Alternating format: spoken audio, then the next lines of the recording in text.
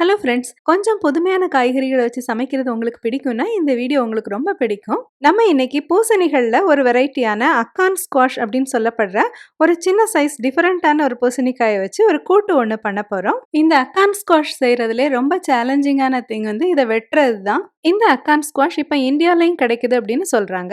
நீங்க இருக்கிற ஊர்ல இந்த காய்கறி கிடைக்குமா அப்படின்னு கமெண்ட்ஸ்ல சொல்லுங்க. அக்கான் ஸ்குவாஷ் கிடைக்கலன்னா இந்த மாதிரி நம்ம மஞ்சள் பூசணிக்காயில இந்த கூட்டு செஞ்சு பாருங்க, ரொம்ப டேஸ்டியா இருக்கும். சப்ஸ்கிரைப் பண்ணிட்டு தொடர்ந்து பாருங்க friends. Welcome to Vicky's kitchen.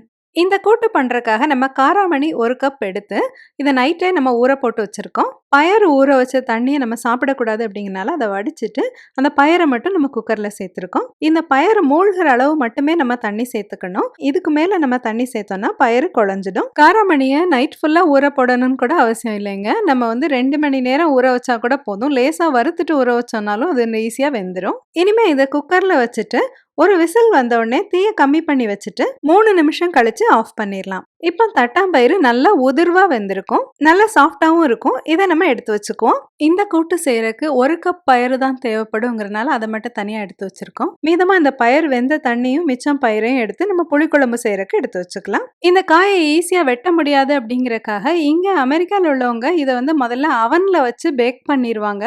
அப்போ இது என்டையர்லி நல்லா சாஃப்ட் ஆயிரும். அதுக்கு பிறகு ஈஸியா இதை வெட்டிக்குவாங்க. அவன்ல வச்சு நம்ம இதை பேக் பண்றோம்னா 20ல இருந்து 30 நிமிஷம் வரைக்கும் பேக் பண்ண வேண்டியிருக்கும்.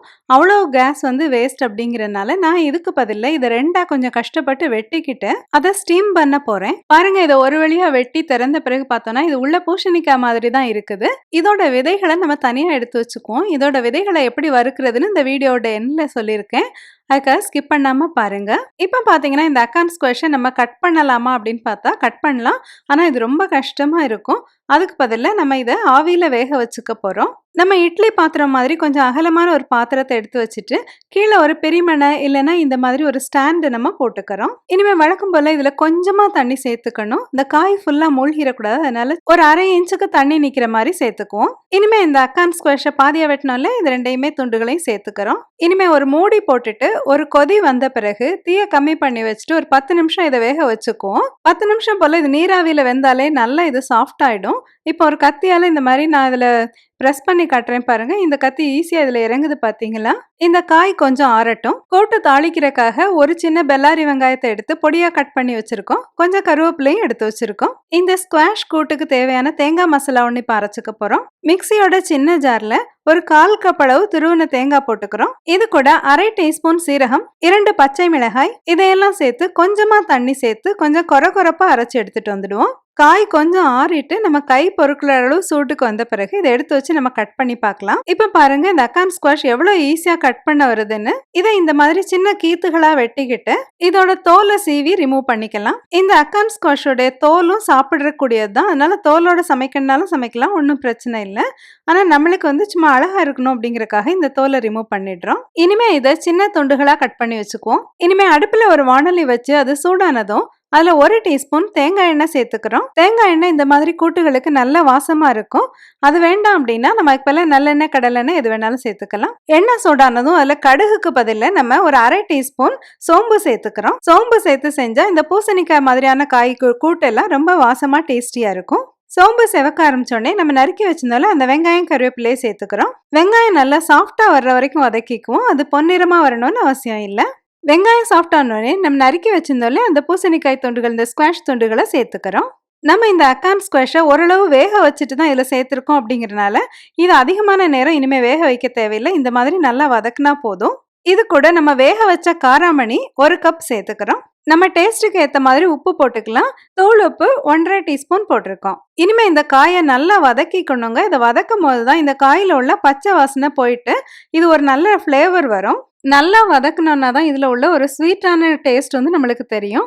அதுக்காக நல்லா வதக்கிக்கிட்டு இனிமேல் நம்ம அரைச்சி வச்சிருந்தோம்ல அந்த தேங்காய் விழுதை சேர்த்துக்கிறோம். ஒரு 1/2 கப் அளவு தண்ணி ஊற்றி இந்த மாதிரி மிக்சியை கழுவிட்டு இது கூட சேர்த்துக்கிறோம்.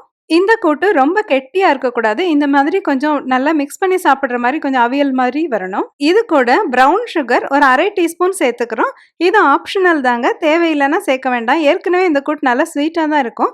ஆனாலும் இந்த மாதிரி கொஞ்சம் சீனி சேர்த்துக்கும் போது இதோட டேஸ்ட் வந்து நல்லா என்ஹான்ஸ்டாக ஸ்வீட்டாக தெரியும். எங்கள் வீட்டில் எப்பவும் பூசணிக்காய் கூட்டு செய்யும் போது சீனி சேர்ப்போம் அப்படிங்கிறனால நான் இதில் சேர்த்துருக்கேன். வேண்டாம்னா நம்ம சேர்க்க வேண்டியதில்லை. நம்மளோட டேஸ்டியான அக்கான் ஸ்குவாஷ் கூட்டு ரெடி ஆயிருச்சு. பூசணிக்காய் வாங்கும்போது அதுல வரும் இல்லையா அந்த விதைகள், அத வறுத்து சாப்பிட்டுருந்தீங்கன்னா, உங்களுக்கு இந்த அக்கான் ஸ்குவாஷ் விதைகளும் ரொம்ப பிடிக்கும். நம்மளுக்கு பூசணி விதைகள் வந்து ரொம்ப ரஃப்பா இருக்கும் இல்லையா?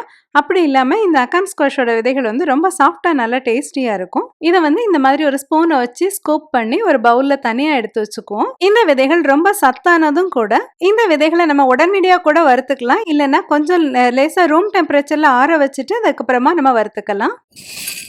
நான் இத ஒரு 2 நாள் கழிச்சு தான் வறுத்தேன்.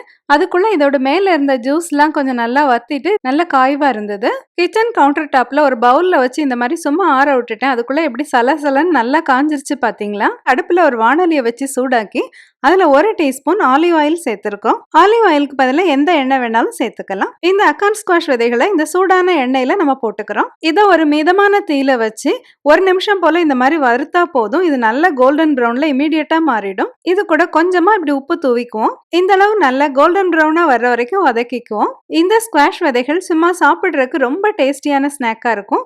அதே மாதிரி எந்த ஸ்குவாஷ் வேணாலும் அதோட விதைகளை நம்ம சாப்பிடலாம் அப்படின்னு சொல்றாங்க. இந்த வீடியோ உங்களுக்கு ரொம்ப பிடிச்சிருந்துக்கும்னு நினைக்கிறேன். அவசியம் லைக் பண்ணுங்க, ஷேர் பண்ணுங்க. நம்மளோட விக்கிஸ் கிச்சன் சேனல் சப்ஸ்கிரைப் பண்ணிக்கோங்க. மறுபடியும் இது மாதிரி ஒரு இன்ட்ரெஸ்டிங்கான வீடியோ எடுத்து உங்களை நான் சந்திக்கிறேன். Until then, take care. See you.